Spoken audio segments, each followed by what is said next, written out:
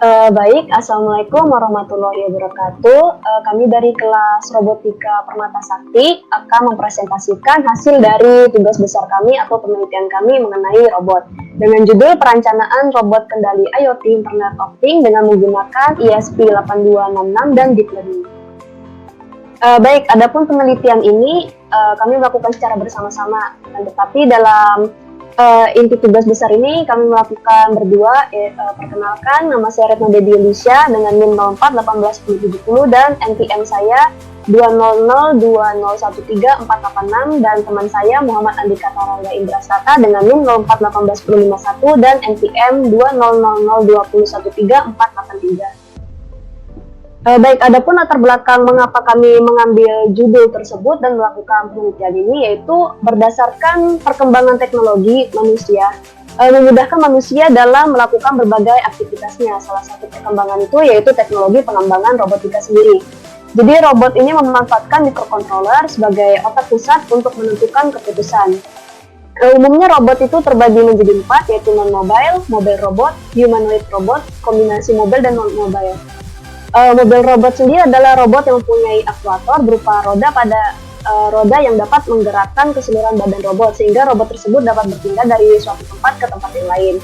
Jadi pada penelitian tugas besar ini kami menggunakan mobil robot yang mana menggunakan 4 roda yang dapat dipindahkan menggunakan ESP8266 dengan menggunakan Internet of Things. Internet of Things sendiri adalah sebuah konsep program di mana suatu objek mempunyai kemampuan untuk dapat mentransmisikan atau mengirimkan suatu data dengan terhubung melalui internet.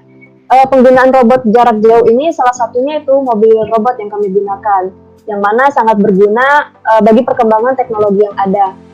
Robot ini bisa dimanfaatkan untuk membantu pekerjaan manusia jika dikembangkan lebih lanjut. Karenanya, kami melakukan penelitian mengenai perencanaan robot kendali IoT dengan menggunakan ESP8266 atau modul yang terdapat pada Node MCU untuk mengetahui lebih lanjut mengenai proses pembuatan robot ini. Adapun rumusan masalahnya yaitu adalah bagaimana cara melakukan pengontrolan gerak robot menggunakan Node MCU ESP8266. Kemudian bagaimana cara mengimplementasikan IoT Internet of Things pada robot. Kemudian tujuannya itu untuk mengetahui cara melakukan pengontrolan gerak robot menggunakan internet dan untuk mengetahui cara mengimplementasi IoT Internet of Things pada robot.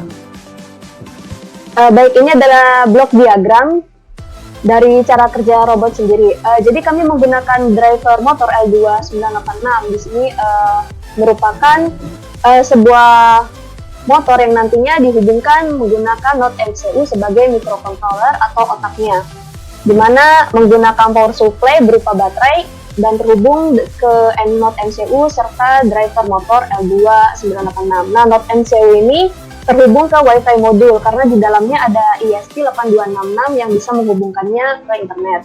Kemudian driver motor ini terhubung ke motor DC di mana motor DC tersebut adalah motor untuk menggerakkan robot. Jadi motor DC ini merupakan robot cerdas di mana nanti juga kita pasangi modul webcam atau kamera yang terhubung dengan laptop menggunakan deep learning. Oke, ini adalah alat dan bahan yang kita gunakan dan juga fungsinya, di mana kami menggunakan custom mobil RC yaitu sebagai rangka dan penggerak robot itu sendiri. Kemudian ada driver motor L2986 yaitu pengatur tegangan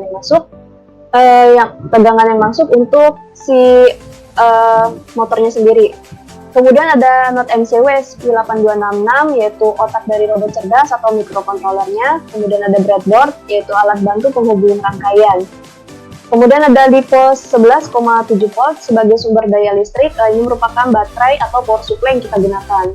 Kemudian kita menggunakan kabel jumper untuk menghubungkan rangkaian webcam sebagai kamera yang digunakan atau mata dari robot. Kemudian kita juga menggunakan laptop atau PC sebagai perangkat keras untuk menjalankan aplikasi dan media untuk menjalankan deep learning, serta aplikasi IoT MPPT panel yang kita hubungkan dengan HP sebagai aplikasi penghubung dengan Internet of Things. Lalu ada aplikasi Arduino, yaitu sebagai aplikasi untuk memprogram microcontroller. Kemudian ada aplikasi Jupyter, ini juga untuk menjalankan program Python pada deep learning. Aplikasi Python ini untuk menjalankan program deep learning dan juga smartphone untuk alat mengontrol robot dari jarak jauh. Ini merupakan gambaran yang mana kami mengambil dari buku referensi kami, di mana nanti internet akan terhubung ke Cloud MQTT dan juga terhubung ke berbagai perangkat yang telah kami pakai untuk mengendalikan robot tersebut menggunakan motor yang terhubung. Yang mana juga menggunakan deep learning kita bisa melihat gambaran atau robot tersebut bisa mendeteksi sebuah benda dengan melihatnya melalui web kamera yang terhubung ke laptop. Baik, ini adalah gambaran yang kami gunakan, yaitu IoT MQTT, di mana di sini terdapat 4 panel button, yaitu maju, kiri, kanan, mundur. Baik, selanjutnya demo alat sendiri dari yang penelitian yang kami lakukan ini akan dijelaskan oleh teman saya, Muhammad Andika Karangga Indrasata. Saya persilahkan. Oke, baik. Jadi saya akan melanjutkan dari demo alatnya sendiri. Saya ingin share screen. Sudah terlihat ya?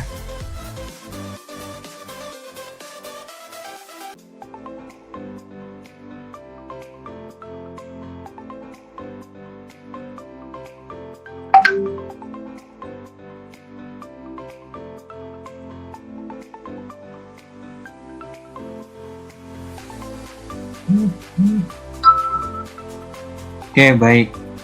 Jadi di sini mohon maaf bila gambarnya blur, mungkin dari jaringan saya kurang sedikit baik.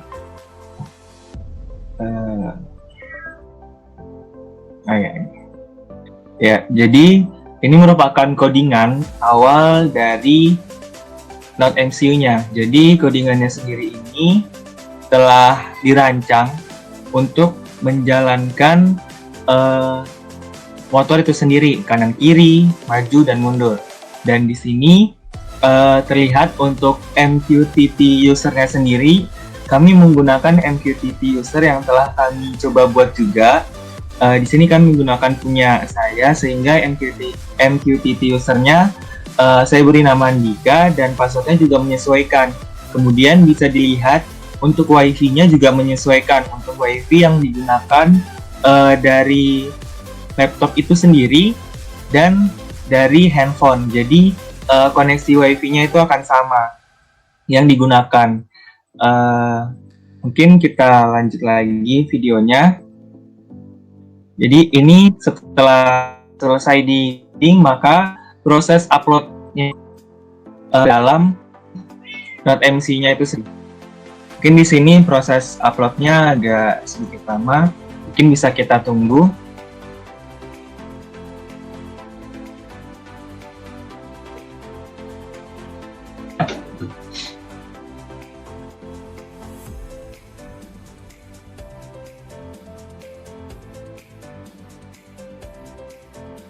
Ya. Ini terlihat 7%, 15%, 23%, dan kita tunggu sampai 100%.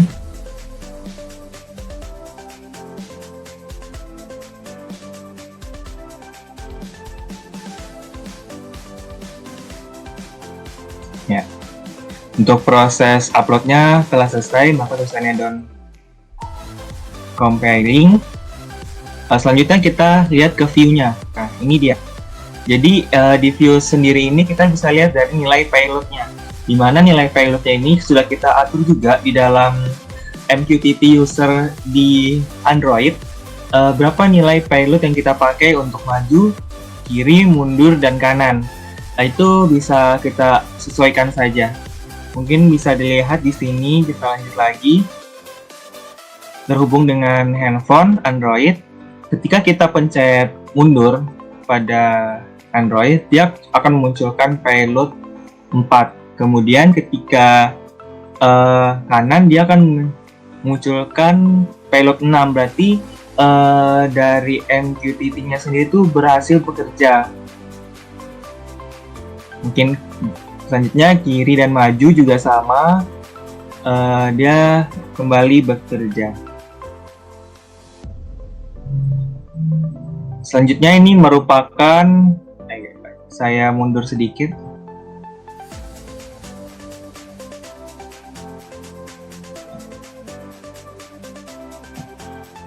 Ya.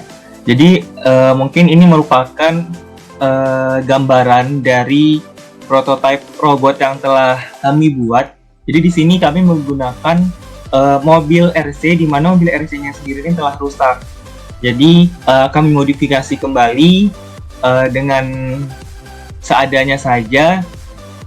Bisa terlihat pada layar kami menggunakan kamera dan ada motor drivernya dan non MCU-nya. Di sini juga terhubung dengan breadboard, ada baterainya juga. Mungkin selanjutnya kita bisa lihat ketika kita mundur, maka dia akan berjalan, terlihat bannya kanan di kanan, kiri dari ke kiri, dan itu dia maju.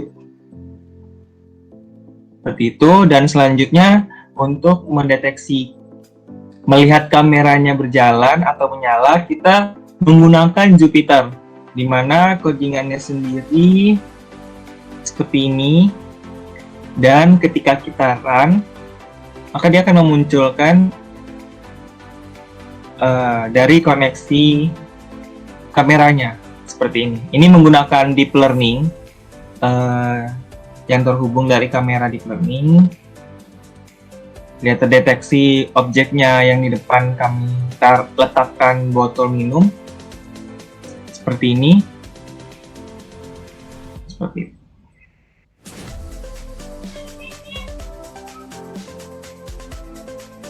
Ya, baik, mungkin untuk demo alatnya cukup sampai di sini. Mohon maaf bila ada kesalahan. Selanjutnya saya kembalikan kepada teman saya. Nah ya baik, terima kasih. Adapun kesimpulan yang kami dapatkan setelah melakukan penelitian tersebut, yaitu adalah yang pertama, robot cerdas yang telah dibuat ini memiliki kemampuan kecerdasan buatan yang ditanamkan berupa dapat mengenali objek yang sebelumnya sudah dilatih pada program deep learning. Jadi menggunakan program deep learning menggunakan Jupyter tersebut dengan bahasa Python, kami setelah melakukan uji coba, kamera tersebut dapat menghubungkan ke laptop, di mana robot tersebut dapat mengetahui objek yang ada di depannya, seperti melihat warna tersebut dan akan memberikan presentasi mengenai warna tersebut. Kemudian yang kedua adalah pada proses mendesain IT pada robot, kita harus memastikan untuk memahami aplikasi yang digunakan untuk menghubungkan robot dengan internet, karena hal tersebut memiliki tingkat kesalahan yang cukup tinggi apabila terjadi kesalahan. Jika terjadi kesalahan, maka semua yang diperintahkan itu tidak akan terbaca dan tidak akan berjalan dengan baik.